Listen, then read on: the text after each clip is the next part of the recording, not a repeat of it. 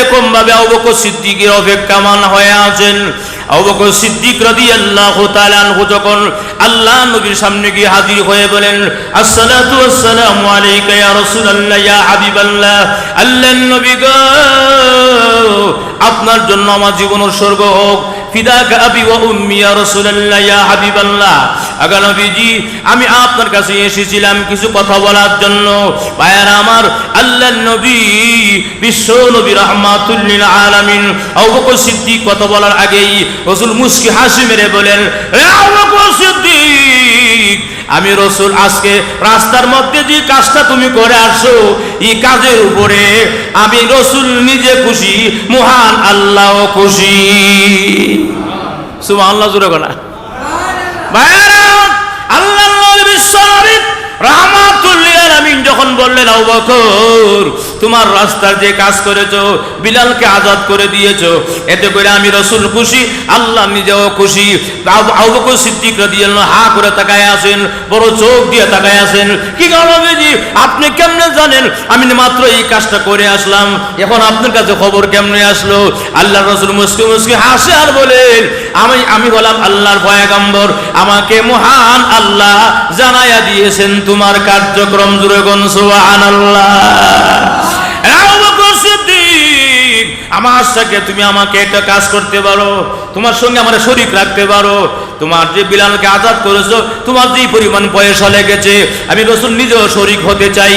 না নবীজি, আপনি শরীক হতে হবে না, আমি আবু বকর সিদ্দিক যে কোনো ভাবে হোক আমি এরকম ভাবে শেষ করে দিয়ে আসছি গো নবীজি।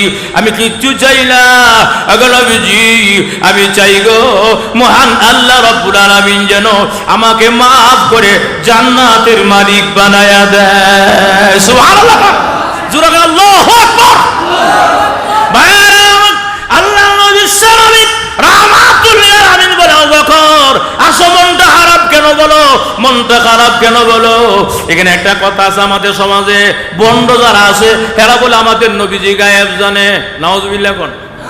আল্লাহর রাসূল গায়েব জানেন না, আল্লাহ যতটুকু জানাইছেন অতটুকুই জানেন, এর বেশি জানে না। রাসূল গায়েব জানেন না, গায়েবের মালিক নয়, গায়েবের মালিক হলো আল্লাহ রাব্বুল আলামিন। মাজুর হচ্ছে কিনা? আমরা সমাজ ডান দিকে সেটটা রাখছে, ডান দিকে সেটটা খালি ফুল টুল দিয়ে সাজানো, এমনি কেউ ভাই সেটটা মানে এখন বসাই দেন না, কই না লিল্লাহ জানুন না, কইতা কই নবীজি বসা আসুন।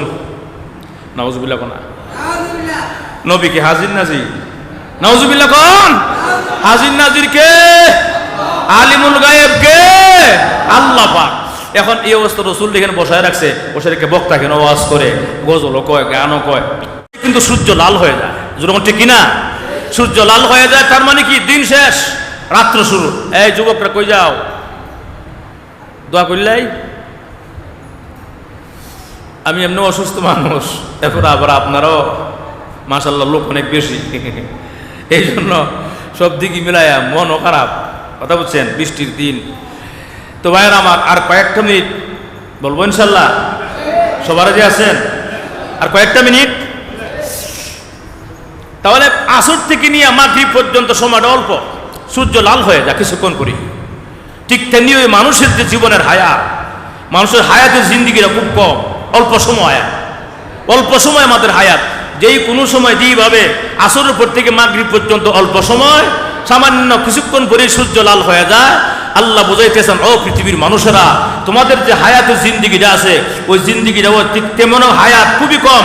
যেই কোনো সময়ে তোমাদের এই জীবনের হায়াতের যে সূর্য আছে, সূর্যটা যেই কোনো সময় লাল হয়ে যাবে, অস্তমিত হয়ে যাবে, তোমার হায়াতের জিন্দিগি শেষ হয়ে যাবে। যেরকম ঠিক কিনা?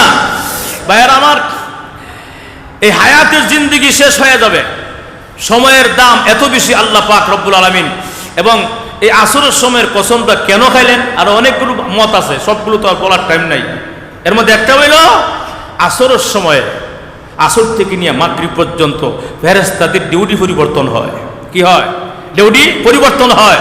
মানে আপনার কি বলে, আজকে আসরের সময় যেই ফেরেশতারা জমিনে অবতরণ করেছেন, আগামীকাল আসরের সময় তারা চলে যাবে, নতুনভাবে আবার ফেরেশতা নাজিল হবে। তাহলে এরকম ভাবে প্রত্যেক দিন আসরের নামাজের পরে ফেরেশতার ডিউটি পরিবর্তন হয়।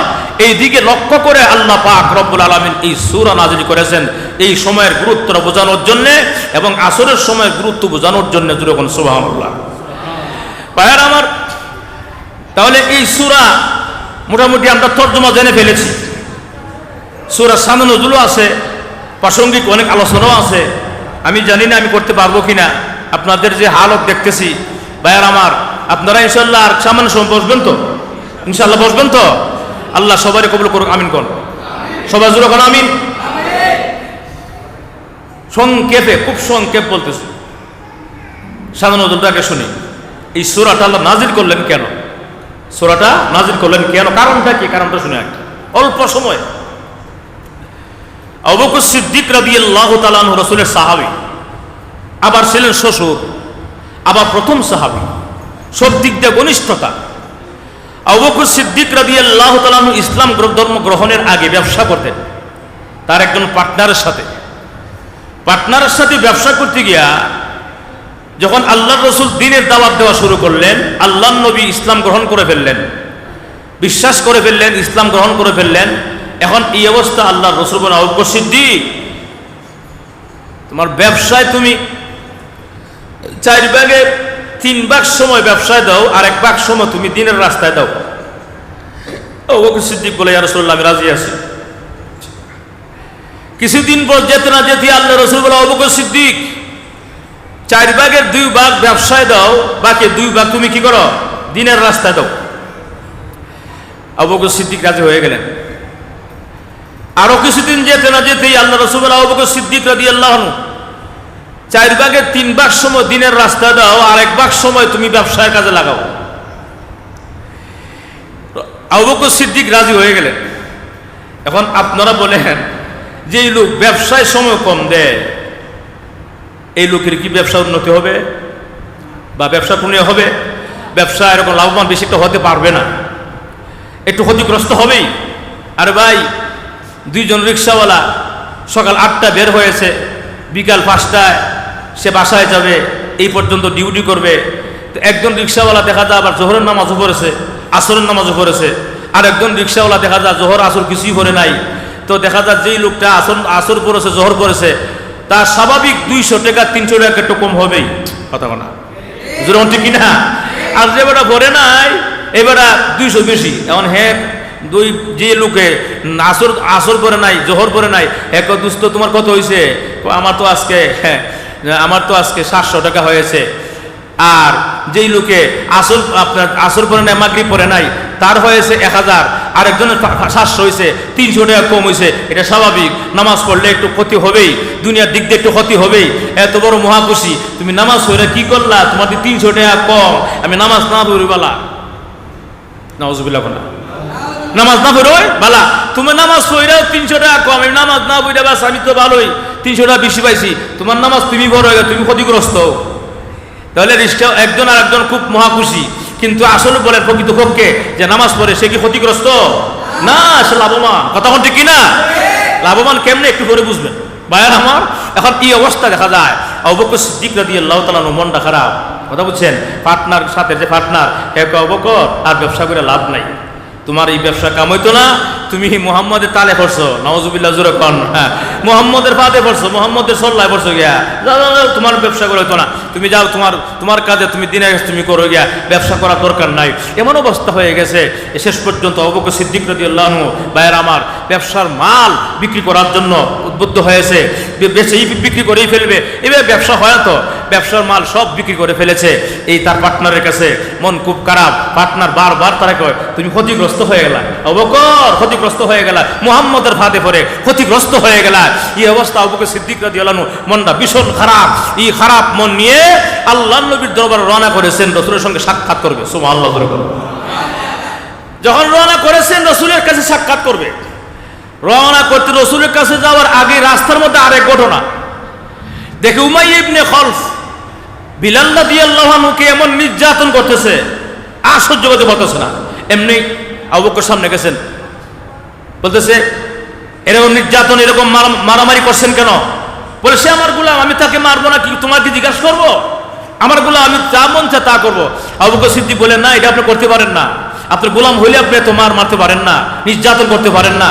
এটা মানে শুভ কাম্য নয়, অতএব তাকে এরকম মারধর না করলে ভালো হয়। এমনি উমাইয়া ইবনে খালদ বলে, তোমার কি হয়েছে?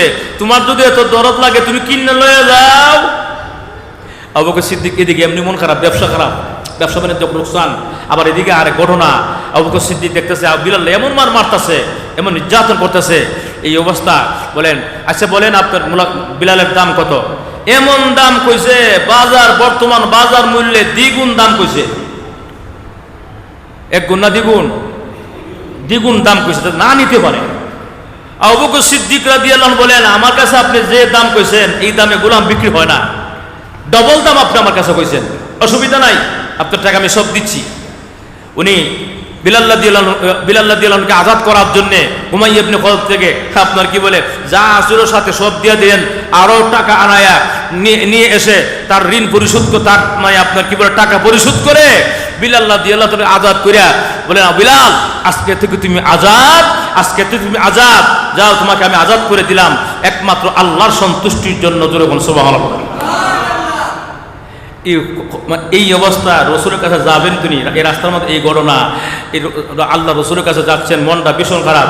দুইটা ঘটনা করছে, একটা ব্যবসার লোকসান বারবার এই পার্টনারে মানে চেতাচেতি করে, বারবার পার্টনার তাকে রাগায়, গুসা উড়ায়, তুমি ক্ষতিগ্রস্ত হয়ে গেছো, তুমি লোকসান হয়ে গেছো। আবার এদিকে বিলালকে আজাদ করলেন, সব দিকে মিলাইয়া এই মন খারাপ।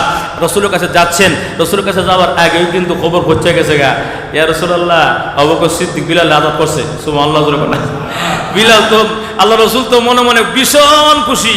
বিলাল আবু বকর আসে না কেন? আবু বকর কিন্তু যাচ্ছেন আল্লাহ রসুলের কাছে, যেটা ঠিক কিনা? আল্লাহ নবী বিশ্ব